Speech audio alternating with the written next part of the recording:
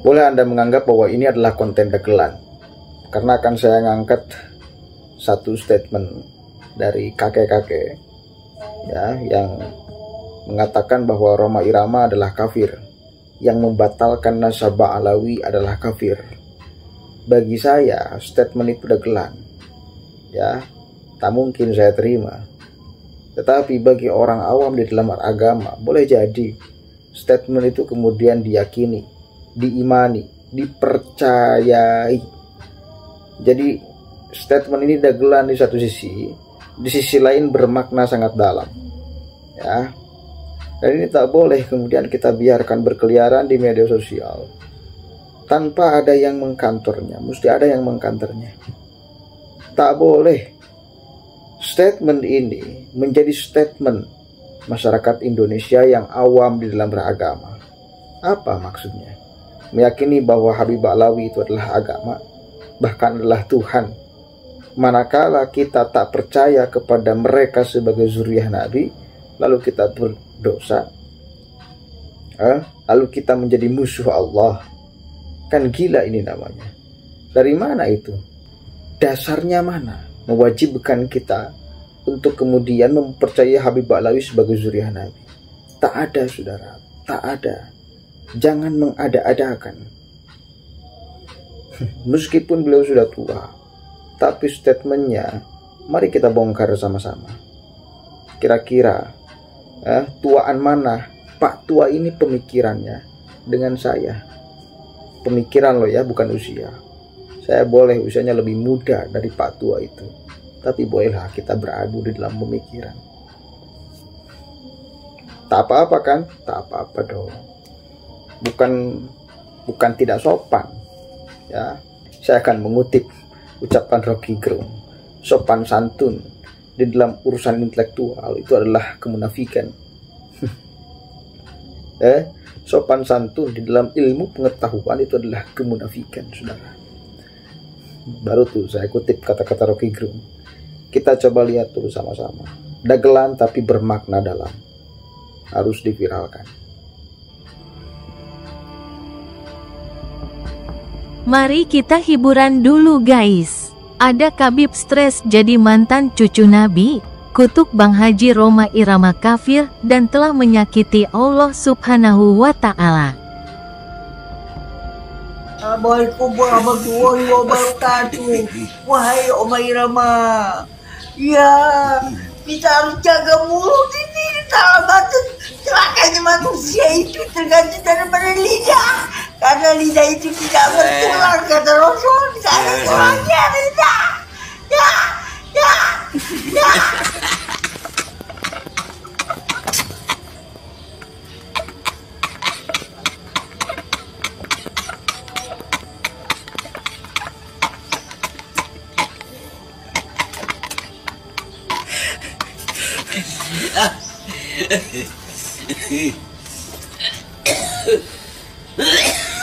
Makanya kalau kamu menyakiti Rasul, menyakiti habaib, seolah-olah kamu kafir.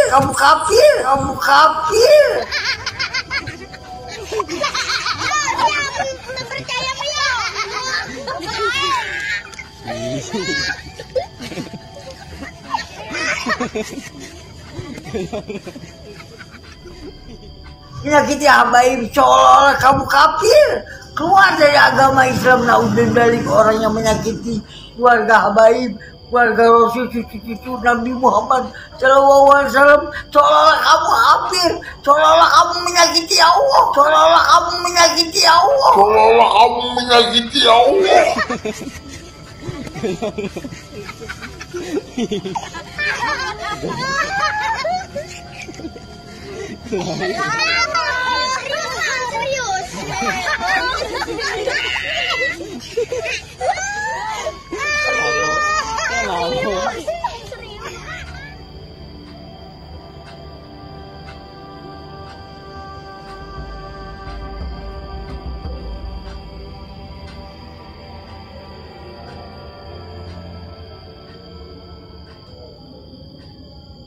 Oke. Ada yang ngasih judul video itu tuh Habib tua. Kasihan ya. Sekacau itu Habib tua kalau memang itu adalah Habib.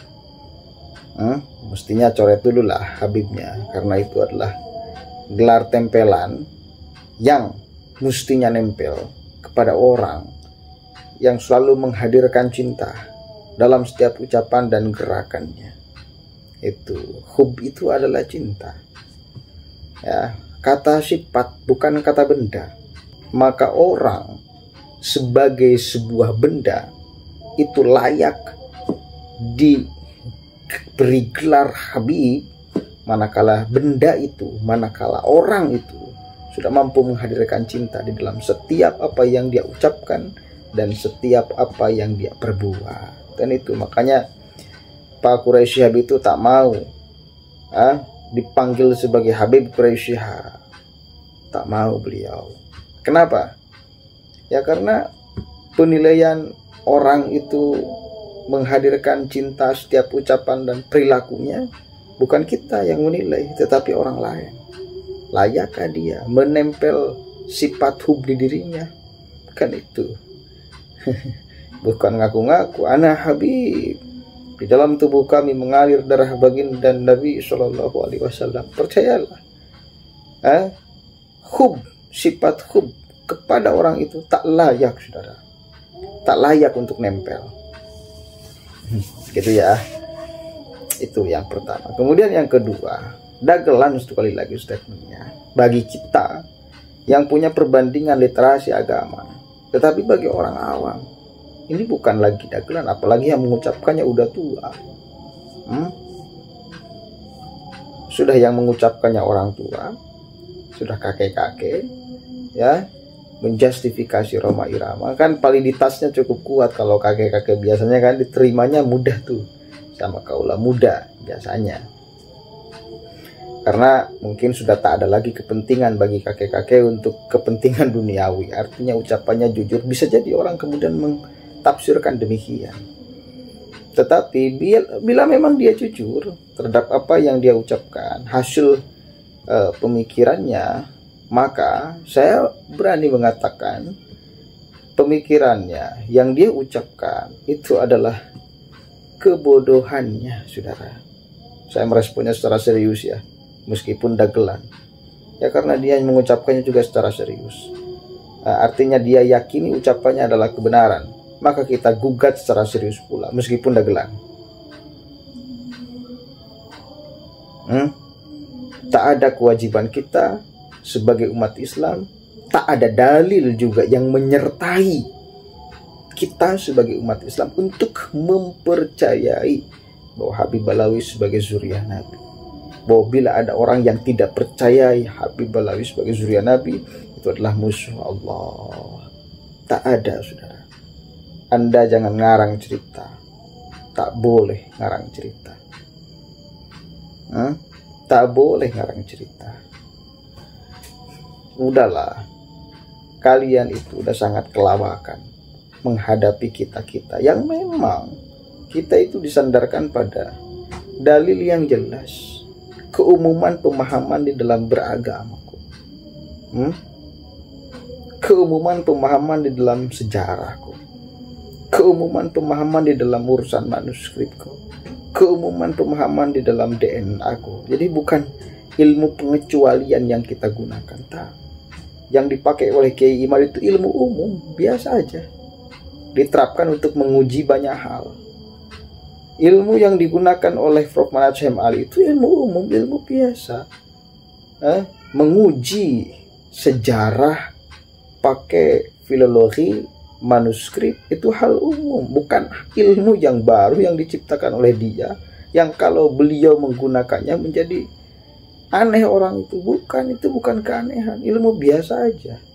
Untuk melacak orang yang hidup di abad keempat memang mesti ada catatannya, mesti ada manuskripnya. Kalau tak ada ya jangan diada-adakan.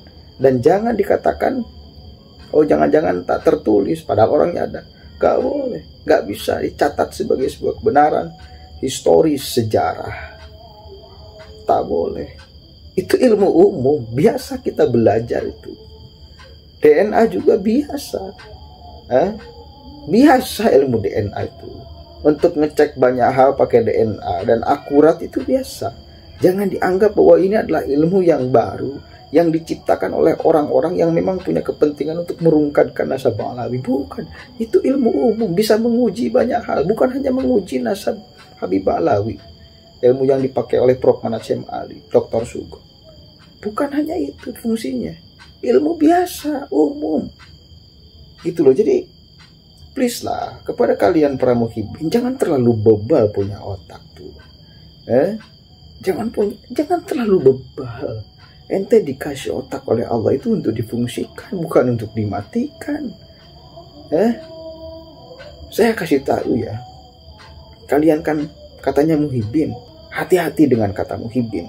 Sengaja mereka ciptakan kalimat muhibin untuk orang yang mengikuti mereka. Untuk apa?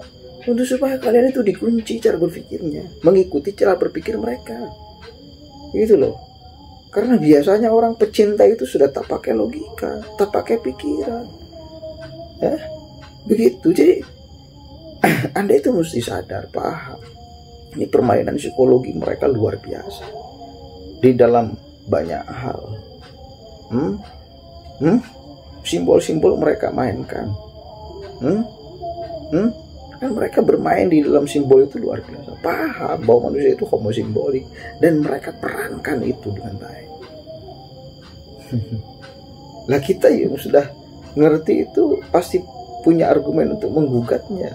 Termasuk bahasa muhibin itu bagi saya adalah sengaja mereka ciptakan untuk supaya mematikan cara berpikir kalian.